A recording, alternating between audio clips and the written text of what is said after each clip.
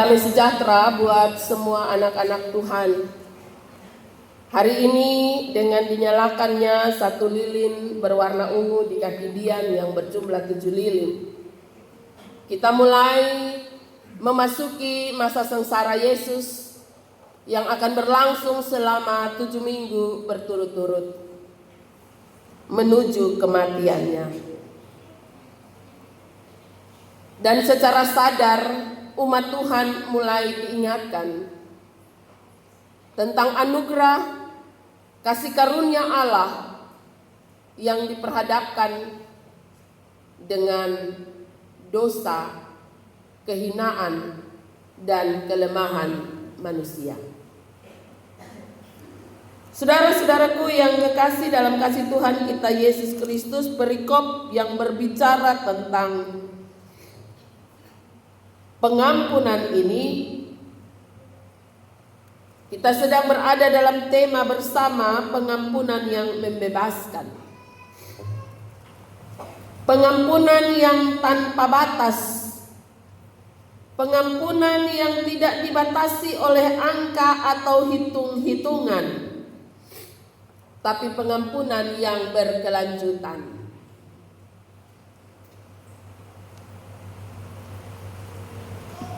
Angka yang disampaikan oleh Yesus menjawab pertanyaan Petrus.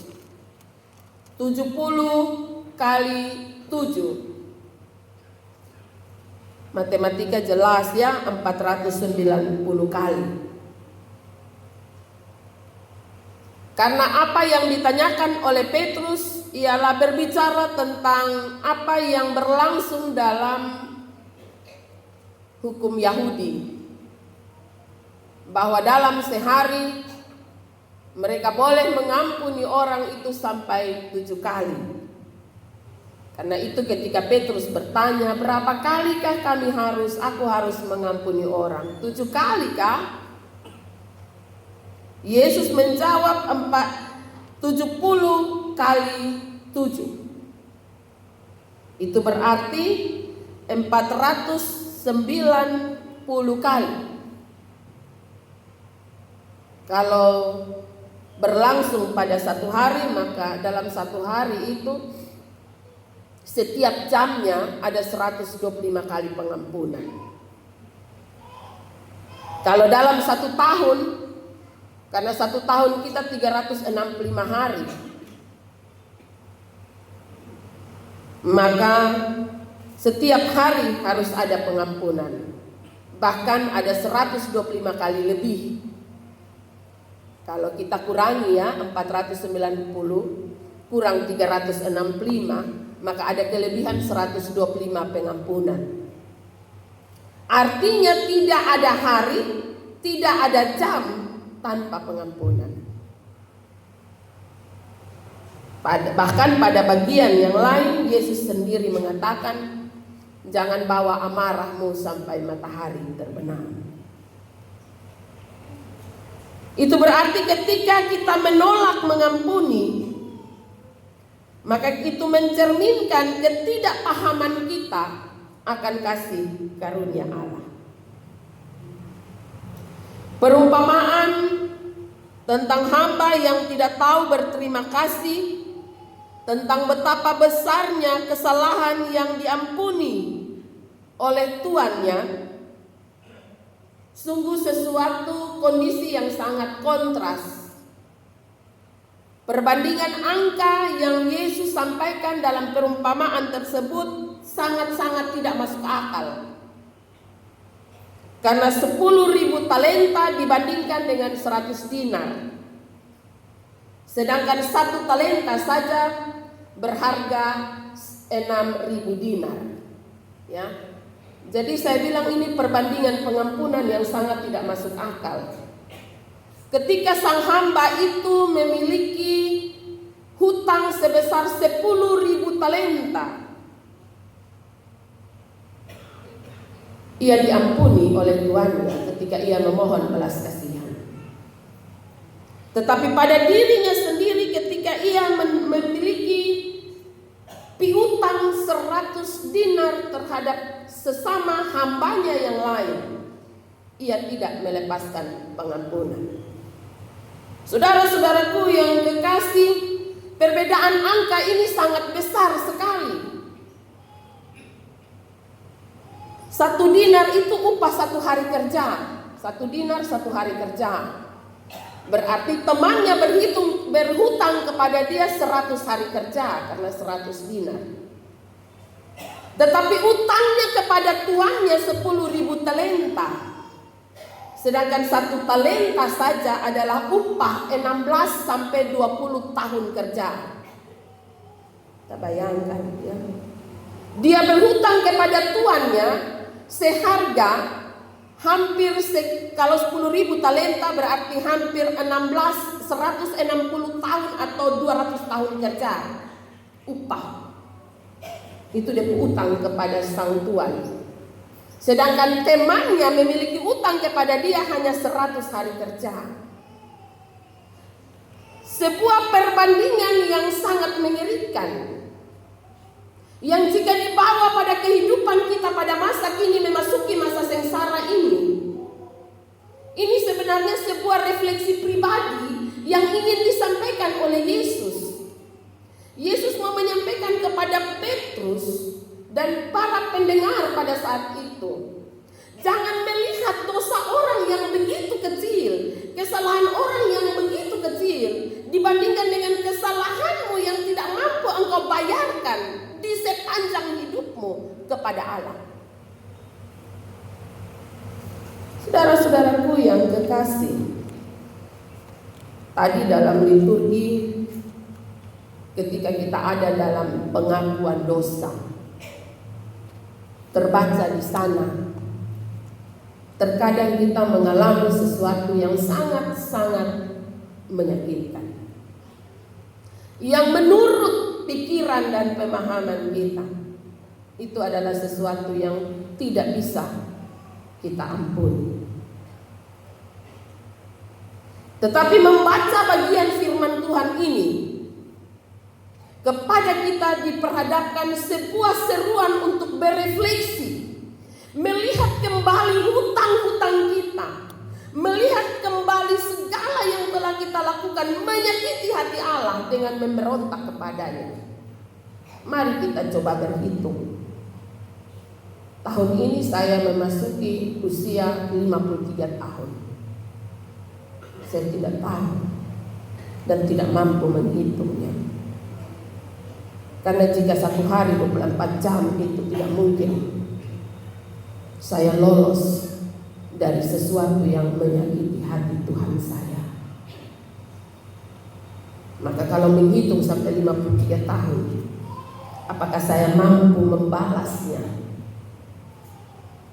Apakah saya mampu? Apakah saya berhak untuk mendapatkan pengampunan itu? Tidak sebenarnya. Sebenarnya kita tidak mendapatkan hak untuk mendapatkan pelepasan pengampunan karena dosa yang tidak bisa terbayarkan. Tetapi kasih karunia Allah memungkinkannya. Pengampunan Allah berlaku. Kasih karunia Allah terjadi. Anugerah Allah ditawarkan kepada saya dan saudara dengan cuma-cuma. Saudara-saudaraku yang kekasih, hal tentang pengampunan ini tidak saja berbicara tentang agama, tentang rohani, tentang iman. Saya coba mencari tahu dari sisi kesehatan. Dan ternyata memaafkan itu adalah satu proses untuk meningkatkan kualitas diri. Karena respon simpatik dalam tubuh kita dapat meningkatkan lajunya denyut jantung. Sedangkan reaksi dari emosi negatif seperti sakit hati, marah hingga dendam dapat menimbulkan peningkatan tekanan darah. Jika dalam diri kita ada fase menerima, maka kondisi mental akan dilatih sehingga dapat lebih baik ketika menghadapi masalah berikutnya dan dapat menurunkan risiko stres. Ya. Jadi kalau orang yang hidupnya stres berkelanjutan, mestinya dia berteduh diri dan berefleksi tentang dirinya. Apalagi orang yang dengan semua orang salah habis. Semua orang yang berhubungan dengan dia salah dan dia pun mau semua. Ini mesti refleksi. Ketika kita memaafkan, kita memiliki empati. Dan pada saat itu kita sedang melatih diri untuk memahami kondisi orang lain.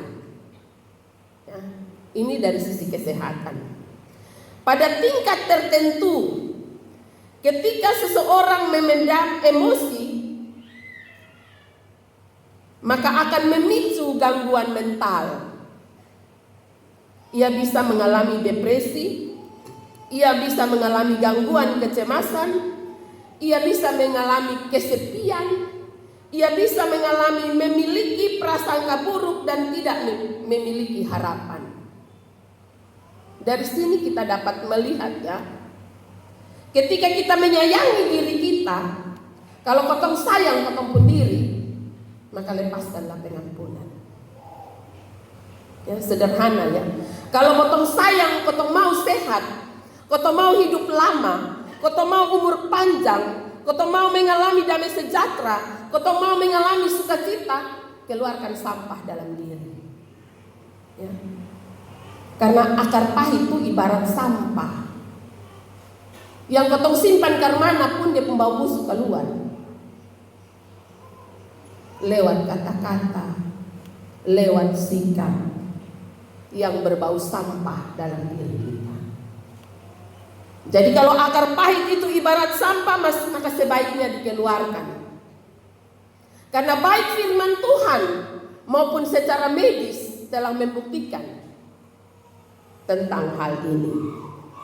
Saudara-saudaraku yang kekasih, jika 1 talenta sama dengan 20 tahun kerja dan 1 dinar sama dengan 1 hari kerja, maka 10.000 talenta adalah 200 tahun kerja. Bagaimana mungkin itu dapat dilunasi? Tetapi jika sang raja atau sang tuan menghapus total tanpa perlu membayar 1 peser pun secara lunas, maka utang yang mestinya tadinya membebani si hamba serta keturunannya hilang total, hanya karena pengampunan. Saudara-saudaraku yang kekasih, anugerah Allah itu membebaskan saya dan saudara dari ketidakmampuan. Anugerah Allah itu memperbaiki segala kerusakan yang telah kita lakukan dengan cara memberontak. Anugerah Allah itu melepaskan kita dari segala beban yang senantiasa kita pikul bawa kemana-mana. Ya. Kita bawa kemana-mana, ini akar pahit, ini beban, ini sampah dalam diri kita. Akhirnya apa? Lihat semua orang salah habis. Kotong marah dengan semua orang ya. Ketika saya marah dengan Mama Lian, maka saya ajak semua teman-teman saya untuk, bosong, jambak kawan teman tua ini parah. Kita mulai ajak, kita mengasut, menimbun, menambah beban, sampah dan akar pahit. Saudara-saudaraku yang kekasih, menjadi seorang percaya berarti kita mampu memaafkan hal yang tidak termaafkan. Karena Allah telah mengampuni hal yang tidak termaafkan pula dalam diri kita ya. Hanya saya dan Tuhan yang tahu apa yang tidak termaafkan yang saya sudah buat menyakiti hati Tuhan. Saudara-saudaraku yang kekasih dalam kasih Tuhan kita Yesus Kristus, mengawali masa-masa perenungan di minggu sengsara ini, kita ingat kembali tentang apa yang Yesus alami agar kita dipulihkan. Segala perbuatan yang mendatangi Yesus Dan semua itu diterima hanya untuk kasih dan anugerahnya kepada saya dan saudara. Karena itu, marilah kita tanpa perlu melihat orang lain, kita sayangi diri kita sendiri dulu. Lepaskan pengampunan kepada mereka. Buanglah sampah itu pada tempatnya. Dan biarlah hidup ini kita jalani dengan menikmati kemurahan, kasih dan anugerah Tuhan.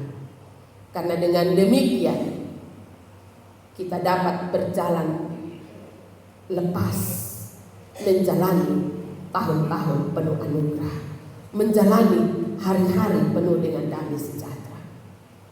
Kiranya kasih Tuhan terus memampukan saya dan saudara.